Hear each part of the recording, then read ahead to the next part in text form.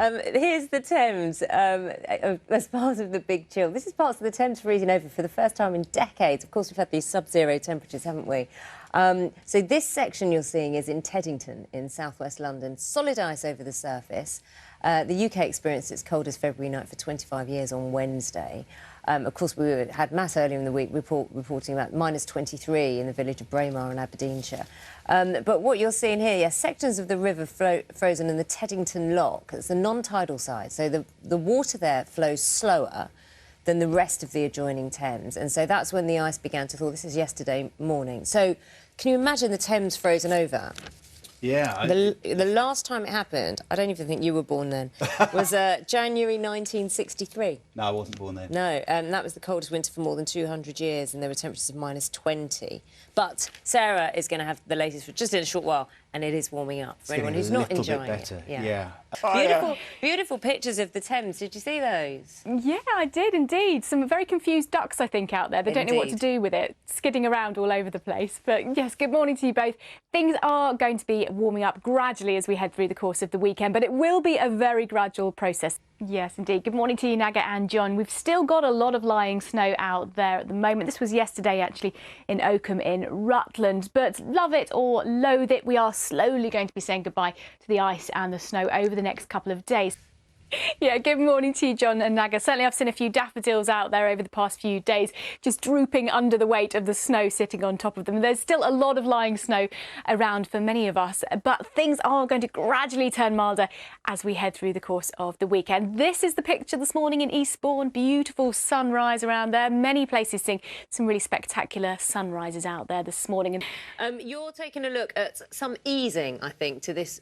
How long has this cold snap been going on? It feels like it's been going on for ages. Yes, certainly since the change of month, since we've been in February. So we're the 13th of February now, a couple of weeks really of real beast from the east. But yeah, things are changing. We're going to be stepping out of the freezer, but still some fairly unsettled weather on the cards as we head through the next week or so. But the snow and the ice still with us very much out there today. Lots of lying snow around. This is the beautiful picture, stunning sunrise this morning in the Scottish borders. And you've got a glorious, is that a sunrise? Beautiful skies actually with the weather. Wow. It's been so cold, but the skies just seem so much more dramatic. Don't they? Yes, beautiful sunrise. This is the picture actually near Skipton in North Yorkshire. But many of us have been waking up to really beautiful sunrises this morning. And that's partly because we've got a weather front moving in from the west, bringing different heights of clouds. So that often can produce the really spectacular sunrises, just like we've got out there this morning. You've had mittens. I've never had mittens. Let's find out whether we need mittens. You're going to be inundated with mittens now. Oh, no. Mitten debate over. Sarah, tell us. Oh, yeah. How's it going? You need the mittens.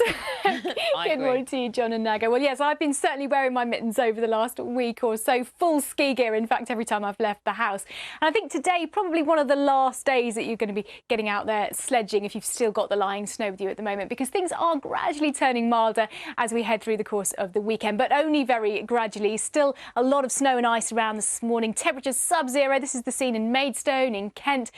Sarah is going to tell us about what is happening, because these scenes, the scene behind you is something quite typical for many of us over the last couple of weeks, but it might change.